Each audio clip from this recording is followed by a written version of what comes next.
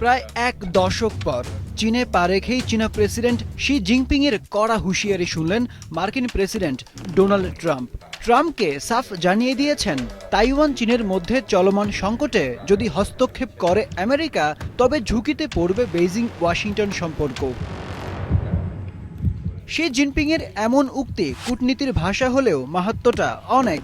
পরোক্ষভাবে আমেরিকাকে একরকম দূরে থাকতেই হুঁশিয়ারি দেওয়া হয়েছে। তাইওয়ানকে নিজেদের বিচ্ছিন্ন প্রদেশ হিসেবে দেখে চীন। তাইওয়ানের সাথে বেইজিংয়ের বিরোধ পুরনো হলেও এই সংকট আবারও সামনে এসেছে চীনের হুমকিতে। যুদ্ধ করে হলেও তাইওয়ান দখলে নিতে মরিয়া বেইজিং।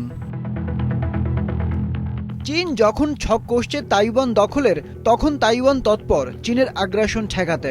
এবার 12টি নতুন উন্নত প্রযুক্তির জাহাজ সামনে এনেছে দেশটি, যা যুদ্ধের সময়ে মিসাইল বহনে বেশ শক্তিশালী। সেই সাথে যুদ্ধের আদলে তৈরি হওয়ায় দ্রুত গতিতে ছুটতে পারে এই জাহাজগুলো। আছে শত্রুপক্ষের রাডার ফাঁকি দেওয়ার সক্ষমতা। তাইওয়ানের কোস্ট গার্ডের দায়িত্বে থাকা মন্ত্রী জানান, চীনকে রুখতেই এমন তোড়জোড়। সীমান্তে থাকা সৈন্যদের ধন্যবাদ, তারা দেশকে রক্ষায় দারুণ কাজ করছে। চীনের অহেতুক হুমকিকে পরোয়া করে না ওরা। দেশের সার্বভৌমত্ব রক্ষায় তারা সবসময় প্রস্তুত।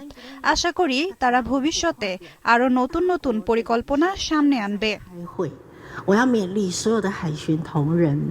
তাইওয়ান নিয়ে চীনের হুমকি বিশ্ব রাজনীতিকে আবারও অস্থিতিশীল করে তুলেছে। সীমান্তে উত্তেজনা এখন নিত্যদিনের ঘটনা। আরিফ উদ্দিন নবীন, মাছরাঙা, নিউজ ডেস্ক।